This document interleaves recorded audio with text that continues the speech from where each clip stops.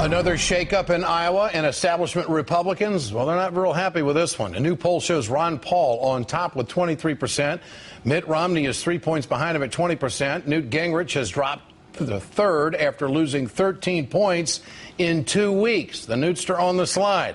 Republicans are getting nervous, and they're pulling out all stops to prevent a Ron Paul victory. Chris Wallace kicked things off last week on Fox, saying if Ron Paul won, it would discredit the caucuses. Iowa Republicans are echoing those remarks, and the knives are coming out. The co-chair of Michelle Bachmann's Iowa campaign said this about a Ron Paul victory: to see the process hijacked would be a concern for those who consider the honor we have of being first in the nation. Well, the Republican establishment sees Ron Paul, I guess you could say, as some kid in the back of the classroom with a smaller desk making a lot of noise, and they just have to deal with him so they can move on. They don't like Ron Paul. They don't want him. And they're afraid that he'll run as a third-party candidate if he just gets enough support around the country. They're trying to shut him up, discredit him any way they can, and it sounds pretty familiar, doesn't it?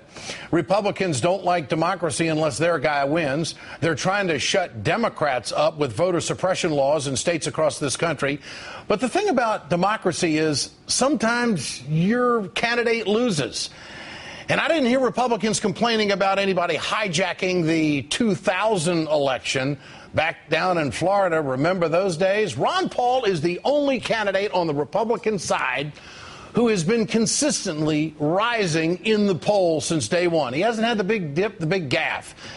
His values have been in line with the Tea Party since before there was a Tea Party. Establishment Republicans riled up the Tea Party last year to win back the House, and it worked. Now they have to deal with the beast they created, which may be a Ron Paul victory in Iowa.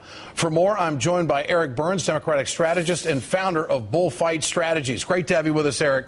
Thanks for having me back here. What's the big deal? Why are they trashing Ron Paul? Do they not want him part of the flock? What's going on here? What do you make of it? Of course they don't want him as part of the flock. They see him as kind of an interloper from the far right. And, I would say in past years he was kind of considered the Lyndon LaRouche of the right wing, with obviously a much more serious following. But what's changed this year, unlike past years where Ron Paul has run, and I've talked to several Republican consultants about this, is that he actually has an organized ground game in Iowa and other states, which he's never really done before. And I think, with all of the topsy-turvy nature of this primary, people didn't really realize that this guy could really have a groundswell and actually have an organization on the ground to win. One of his big qualities, from what I'm hearing from my sources in Iowa, is that he's so non-threatening. I mean, when you meet Ron Paul, he's good at retail politics. He's just one of the nicest guys in the room, and you can't hold a grudge against the guy. Although Iowa Governor Terry Branstad had this to say about the Iowa caucuses: people are going to look at who comes in second and who comes in third. I mean, is this strategy of pretending Ron Paul doesn't exist, is this going to work for the Republicans? I don't know that it will. I mean, because I feel like, Ron Paul might be unique in this situation. Historically, the only person that's ever won the Iowa caucus and then gone on to win the presidency is George W. Bush. But with Ron Paul, if he were to actually pull this off and win this caucus, it would really force the media to take him seriously. And it's going to really put a damper on the plans of folks like Rick Perry and Michelle Bachmann, especially, whose campaign will essentially be over. She's put everything she has into Iowa. And considering that he's running, in the top three going into New Hampshire and South Carolina, it creates a real wrench in the works. Ron Paul still trails Newt and Mitt Romney nationally, but he's the only other really candidate that's in double digits. Washington Post ABC News poll: Newt at 30, Romney at 30, Ron Paul at 15. Does he have a chance beyond Iowa? What do you think? I think it's tough. I think, look, this is a different Republican Party than we've dealt with 5 years ago. All the establishment folks I talk to say Romney, Romney, Romney. But, that's what you were talking about earlier, them trying to put the fix in.